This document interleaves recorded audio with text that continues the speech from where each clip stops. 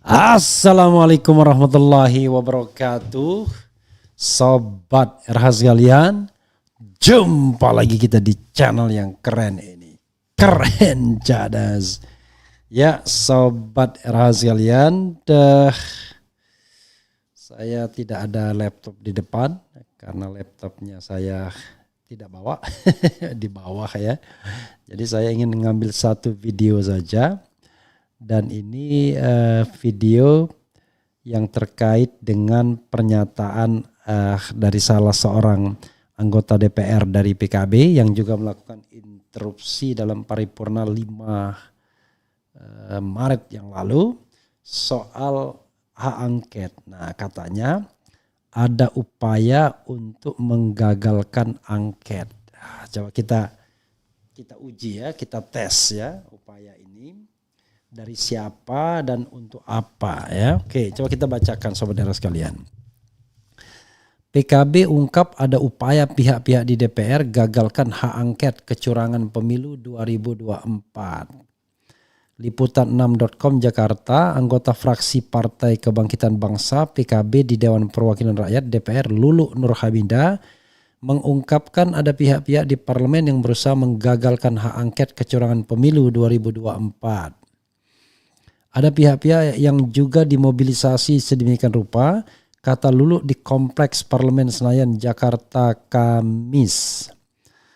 Kemudian Lulu bahkan mendapatkan informasi bahwa tokoh agama di luar parlemen juga ikut dimobilisasi untuk menolak hak angket.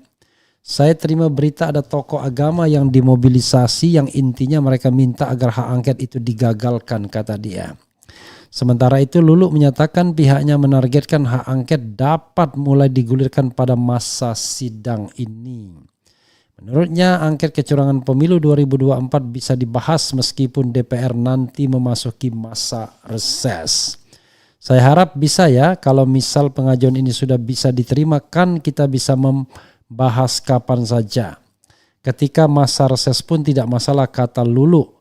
Lulu menyatakan pihaknya menunggu fraksi lain hingga tanggal 20 Maret atau saat pengumuman resmi Komisi Pemilihan Umum terkait hasil pemilu 2024. Menurut Lulu saat ini beberapa fraksi di DPR belum dapat fokus angket lantaran masih penghitungan pemilihan legislatif pileg.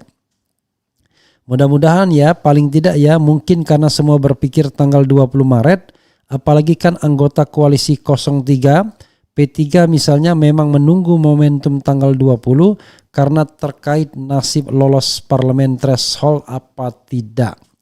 Itu sangat kita paham kalau memang bareng ya kita bersama, kata Lulu. Kalau harus menunggu tanggal 20, masa kita tak punya kesabaran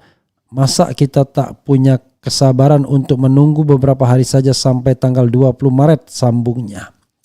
Meski demikian, Lulu memastikan PKB tidak akan memulai hak angket sendirian, melainkan menunggu partai pemenang yakni PDIP. Kita harus menunggu juga perwakilan dari fraksi lain karena kita tetap butuh dukungan partai mayoritas, pungkasnya. Ya, Sobat RH sekalian, itu ya yang kita harus pahami, bahwa angket sampai sekarang masih pocah-poco ya, masih poco-poco saja. Tidak jelas kapan mau digunakannya angket ini. Dan upaya menggagalkan angket, wah besar sekali. From the beginning kan saya sudah mengatakan bahwa hak angket ini ya bisa saja kemudian akan digagalkan karena pemerintah, karena penguasa, karena istana tidak mau kecurangan pemilu terungkap terang benderang di mata rakyat, didengar rakyat, disaksikan rakyat, karena angket punya peluang untuk menggali ini jauh lebih luas dan lebih dalam. Karena itu Sobat RH sekalian, tidak heran ya kalau ada upaya untuk menggagalkan ini dengan memobilisasi termasuk para ulama. Allahu Akbar ya. Na'udzubillah min zalik. Jadi tetap kita tunggu keseriusan Partai Demokrasi Indonesia Perjuangan, partai terbesar di parlemen saat ini dengan 128 kursi. Apakah mereka mau menggelar hak angket atau tidak? Yang ada adalah pucu-pucu, maju mundur, maju mundur, maju mundur. tidak punya kejelasan sama sekali ya. Termasuk Megawati diberitakan bahwa siap semuanya. Tapi ternyata tidak juga. Karena belum ada sebuah pernyataan yang firm. Tadi saya bertemu dengan anggota partai PKS, ya dia mengatakan bahwa dia partainya juga sudah tanda tangan, tetapi tetap saja mereka tidak ingin menjadi frontliner.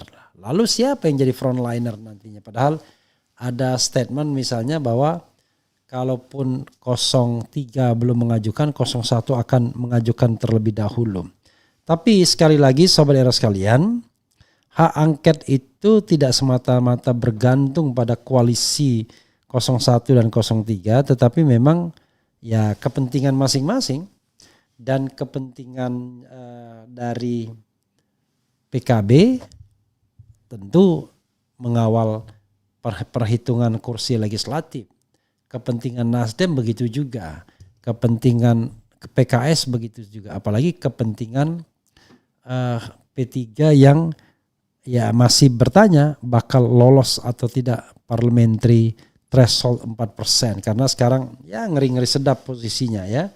Oke Sobat Era sekalian, saya ya sekali lagi kita berharap ya seperti saya katakan bahwa ada 3 medan pertarungan untuk pemilu kita ini, apakah menjadi pemilu yang jujur dan adil atau tidak. Pertama adalah Mahkamah Konstitusi. Wah, gagah sekali Yusril mau mengerahkan 36 pengacara. Kemudian ada juga Oce Kaligis, ada Otto Hasibuan ya. Walaupun mereka pengacara senior tapi mereka nggak paham sebenarnya beracara di Mahkamah Konstitusi apalagi sengketa hasil pemilu ya. Cuman kita juga nggak paham. Kenapa nggak paham?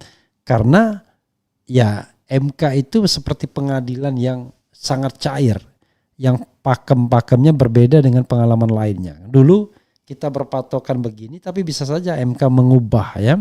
Tapi apapun MK adalah the guardian of the Constitution ya. Jadi sobat semuanya, upaya kedua adalah upaya hak angket. Ya, angket ini harus menjadi sebuah medan pertarungan agar kemudian room bagi kecurangan itu agak jauh lebih luas. Nah, medan ketiga adalah medan massa. Ya, mudah-mudahan medan massa ini juga ya legitimate, bisa dipertanggungjawabkan karena adalah aspirasi publik. Walaupun tentu pihak-pihak tertentu tidak begitu suka dengan medan massa ini, tapi adalah hak dari massa untuk kemudian tetap menggulirkan keyakinan mereka bahwa pemilu itu curang dan mereka turun ke jalanan untuk memperjuangkan pemilu yang tidak curang itu. Ya, artinya memberikan otot baik kepada Mahkamah Konstitusi maupun kepada DPR agar pemilu berjalan atau hasilnya bisa dikoreksi dan tidak terpilih pemimpin yang culas, yang curang, yang menggunakan kekuasaan dan uang untuk memenangkan pertarungan. Jadi ini berlaku buat siapa saja ya. Itu saja. Wassalamualaikum warahmatullahi wabarakatuh. Keren cadas.